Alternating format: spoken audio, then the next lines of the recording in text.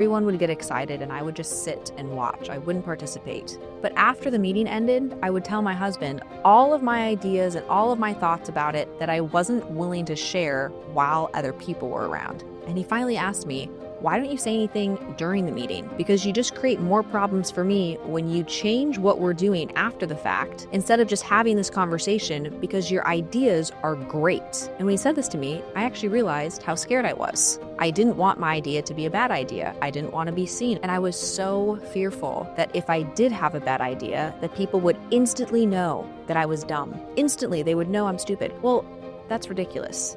You're allowed to have bad ideas. You're allowed to brainstorm and create on something and think of how stupid that is. Am I expected to have a great idea every single time I'm brainstorming? Am I allowed to have dumb ideas? Of course I am. But it took him pointing out this behavior to realize that I was watering myself down in front of others instead of actually sharing my thoughts and being able to get group agreement and feedback and buy-in in the moment. And now I contrast that to how I show up to meetings today. I see opportunity everywhere, and I'm responsible for driving all of those opportunities forward. I'm not even remotely shy about my thoughts, my considerations, what I think could happen. I lean into it because I realize that my vantage point is my superpower. It's what I see and how I can create resources around me to make those things happen. But if I would have continued to water myself down, I would have completely destroyed my influence. And that is the problem. You see, influence is one of the most important things in life, and it's not nearly as hard to build as you might think,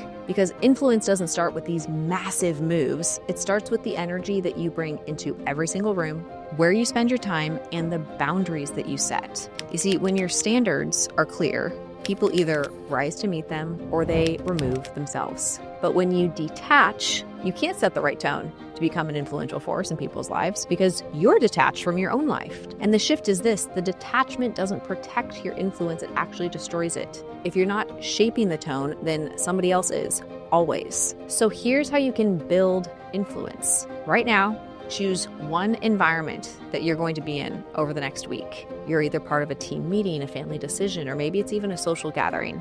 Walk in with a clear standard that you are going to set and communicate that standard with certainty. Remember, influence isn't about